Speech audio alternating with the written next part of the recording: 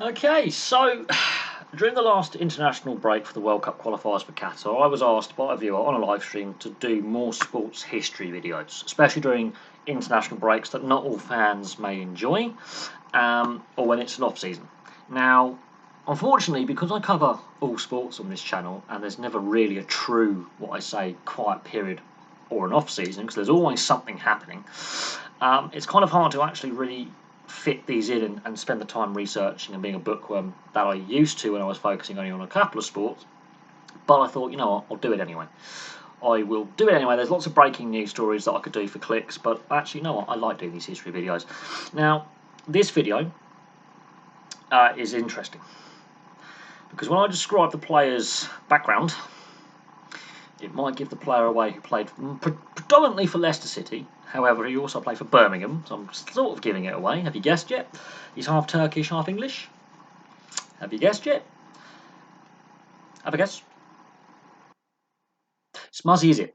Now, if you're a fan of a certain age and you're watching the Premier League in the 90s and the 2000s, you would know that Leicester City had quite a good team. They made 3 League Cup finals, won 2 of them. And this is when the League Cup actually meant something, when they didn't put the reserves out, midweek for the midweek. They actually played pretty full-strength sides with a couple of changes. No. This is when the League Cup qualified you for the Cup Winners' Cup kind of period of time before the Cup Winners' Cup disappeared. This is when the cup competitions meant more to the big clubs because it was harder to qualify for Europe. Less teams from the leagues around Europe made it into Europe. So yeah, this is a proper history video that actually links into the end of the Cup Winners' Cup, which is very important. Now, Muzzy is it. His dad's Turkish Cypriot. His mum's English. He's got a younger brother called Kemal, who's also an ex-professional football player. His full birth name is Mustafa Kemal Izzet. He got nicknamed Muzzy at school. It stuck, and his professional game, when he's being interviewed by the press, is Muzzy. He responds to Muzzy. And Muzzy is just a cult figure. It's England's loss was Turkey's gain at the World Cup in 2002, because when he makes that decision, this is at a time when we're calling the English Golden Generation, and Leicester City, even though they were winning League Cups and appearing in cup finals, weren't considered a very fashionable team when it came to national team selection, which I think hindered the team rather than helped the team, because there were some very, very good players playing for clubs that weren't in the top 4 or top 5 in England at the time. And Leicester would give it a go to try and break that stranglehold, but that wouldn't actually fully be completed until 2016 when they win the Premier League, and of course last season winning the FA Cup, and the beginning of this season winning the Charity Shield, where they went, no, there isn't a big 4 anymore. There's a big 7 or 8 now. There's multiple clubs trying to compete. Let's stop ring fencing this financially. But that's a tale for a different video. Now, he's born in Mile End in London on the 31st of October 1974, and he's very promisingly talented as a young lad at school. So he's picked up by Charlton as a schoolboy, and then he moves over to Chelsea, so goes from east to west, ends up at Chelsea, and they sign him to his first professional contract when he's 19 in 1993. He's there until 96, officially on Chelsea's books, but he never makes a first team appearance. And towards the end of the 95-96 season, he's sent out on loan, and because he hasn't made a professional appearance, you can actually get sent out on loan outside the transfer window, and he ends up at Leicester for 9 games. When they're in their push from what was the old Division 1, now the Championship, to get to the Premier League, and guess what? They get promoted via the playoffs.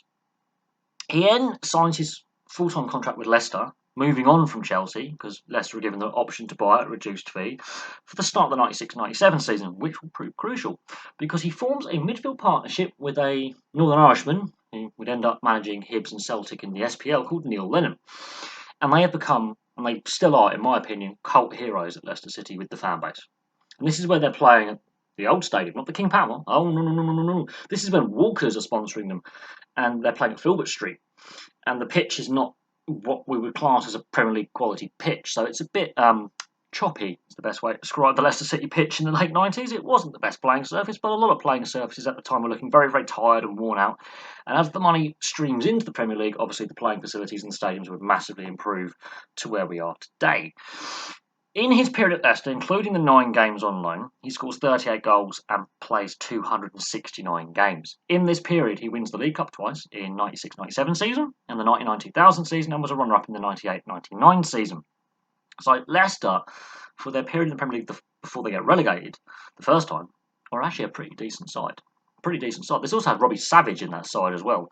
And some people may go, it's Robbie Savage, we don't like him. And other people go, well, he's a tenacious, feisty box-to-box midfielder who won't back down from a challenge. And if you're an Aston Villa fan, you remember Dion Dublin headbutting him during an East West Midlands derby and giving him a good bit of his noggin. Yes, Dion Dublin did actually headbutt Robbie Savage once, and Robbie Savage does not go down rolling around. No. They just carry on their little feud on the pitch that day. Dion Dublin gets sent off. Now they're the best buds on the BBC doing punditry, but there you go. That's a little tidbit. Now, obviously they get relegated and promoted again towards the end of Muzzy's period with City, and in 2004, after another relegation back to what is now the Championship, he makes the move to Birmingham City. So he goes from the East Midlands to the West Midlands, and he plays his last 2 seasons, retiring in 2006, which is really interesting. His career wasn't actually that long. His professional career technically starts in '93 with the signing of that first contract at Chelsea, but his career isn't that long, really. It's 13 years. It seems longer than it was, but he retires in 2006. 13 years is actually about average, but it doesn't seem that long. But it does seem that long if you watched him play. It seemed he was a bit older than what he actually was. He scores 1 goal in 26 games at Birmingham City, so he's not really featuring every week. He's starting to pick up niggling injuries, he's lost a step, and he was a very nimble midfielder at his peak, and he's winding down his career quite rapidly, and it's clearly the fall-off has begun, and he decides to call it a day professionally at the end of the 2005-2006 season with Birmingham City. Now, as I said, Turkey's gain is England's loss, and of course we're talking about the golden generation. In 2000, he decides to play for Turkey rather than England, and I think this is England's loss. Because he was a bit of a jack-in-the-box in midfield, and he was a high-energy player. Even though he didn't score many goals, he was a very, very nimble-footed midfielder, and he could come up. When he did score goals, they're generally highlight reels. So if you're a younger fan who doesn't know who Muzzy is, I suggest you check him out on YouTube and find some of his highlight reel, because he was an underrated midfielder, in my opinion.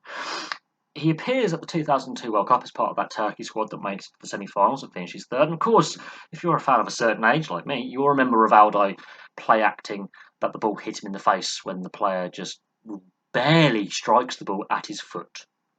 And there are some people who say that red card, A, not deserved, and B, did it cost Turkey a route to the final against Germany, which would have been probably one of the most interesting World Cup finals because of the big Turkish population in Germany and the history between the two nations historically.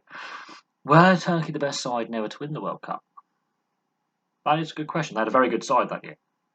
Now, obviously he won the League Cup in 97 and 2000, and he was a runner-up in 99. This is the period when the League Cup was a gateway into Europe, directly to the Cup Winners' Cup, because it was actually harder to get to Europe at the time, until UEFA decided to pander to some big clubs called Real Madrid and Barcelona, who are now bankrupt, who won a European Super League, to reformat the Champions League and reformat the UEFA Cup and bring in group stages and bring in qualifying rounds. And the Cup Winners' Cup disappeared in 1999. And European football's been worse off ever since.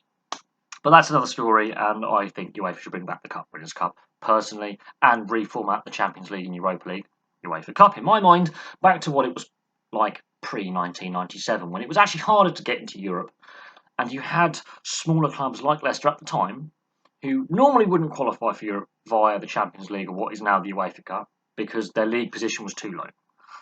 Getting into Europe by winning a cup competition. And this is the time when the League Cup and the FA Cup, the Premier League and what is now the Championship, the old the old Division 1 sides, wouldn't put out weakened opposition, weakened teams for the opposition in the earlier rounds. They would put out pretty strong starting lineups and take these cup competitions more seriously. The League Cup's lost a lot of lustre in recent seasons. And Muzzy Izzet was a key part of the midfield that won 2 trophies for Leicester before the Premier League and the FA Cup and the Charity Shield, which we now obviously know in the last 5 years. So Leicester, in the mid to late 90s, were a pretty decent side. And then they got relegated, promoted, and relegated again, and became a bit of a yo-yo club for a few seasons, and then spent a fair few years outside the Premier League before coming back, and then ultimately going on to win the Premier League and now becoming a pretty competitive side with new ownership and a new stadium at the King Power. Filbert Street is long since demolished, and a new direction. Back then, the pitches weren't as good. The money was filtering into the game with the Sky Sports and the TV deal and ITV Sport at the time, which went bankrupt. But the TV money was starting to make the impact that we see today. But not all the pitches back then were good playing surfaces. Oh, how times have changed in the last 25 years. But I remember Filbert Street was a bit of a muddy pitch. I remember the Dell at Southampton was a bit of a muddy pitch. There were some pretty diabolical playing surfaces that even non-league clubs now don't have. The football has changed massively. So if you're a younger fan and you only been watching football, let's say 10 or 12 years, you wouldn't have seen Muzzy Izzet play. Check him out on YouTube. Check out his highlight reel. There's not a lot of goals there. There's only 39 goals in total. None at international level, although we did have 9 caps for Turkey. But yeah, I suggest you check out Muzzy Izzet. Cult hero at Leicester alongside Neil Lennon in that midfield, with Robbie Savage kicking lumps out of people and some antics with Robbie Savage. But yeah, there you go. Career of ex-Leicester City player, Muzzy Izzet. In a nutshell. There we go. Thank you very much for watching. Please place your thoughts below. And do you want me to do any more random player profiles of some, what I would call cult figures? Not your superstars, not your big names or these up-and-coming young players, but under-the-radar players a little bit, or players who were underappreciated during their playing days, but we look back and actually go, to be fair, he was playing for, insert bigger club here, he would have been an international for England or an international for France rather than choosing the other nation that he could play for. So in this case, he chose Turkey over England, and it actually benefited Turkey and benefited him because he makes it to a World Cup semi-final and finishes third rather than crashing out just after the group stage like England normally do. So there we go. Thank you very much for watching. I'll have some more videos for you very, very soon.